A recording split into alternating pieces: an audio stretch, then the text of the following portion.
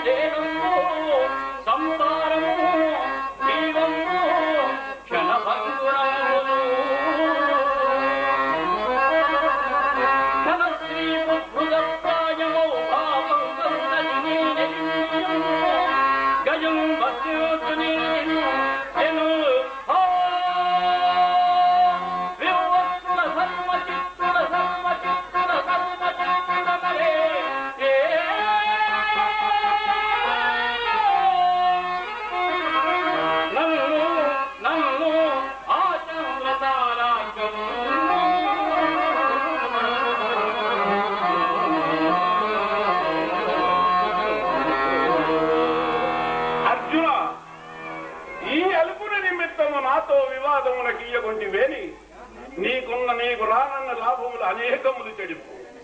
నన్ను ఈ సమయమున మెప్పించింది వేరి ఈ ధరామండలదంతము పట్టము కట్టి దేవదాన మానవులలో అసమాన చరిత్రగా నర్చట. శ్రేయస్కాముండ వైద్యమేమి అట్లు చేయము.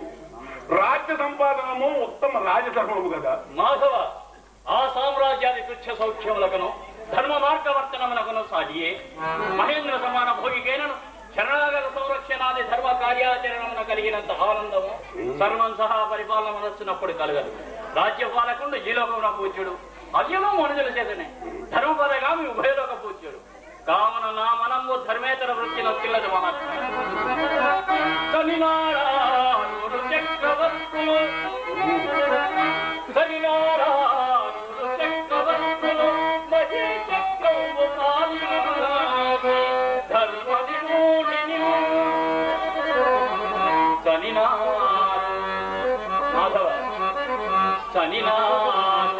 షోడశ మహారాజులు మహేకాదులై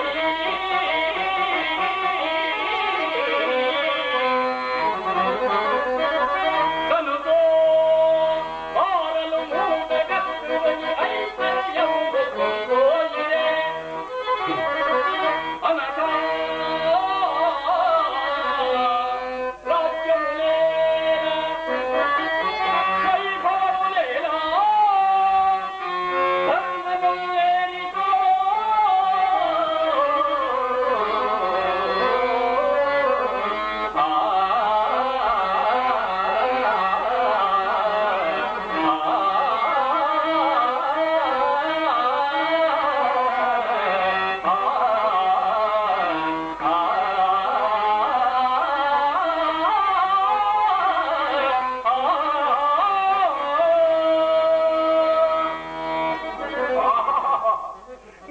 ధర్మపద సంచారివి, నేనంత ధర్మోపదేశకుడునా?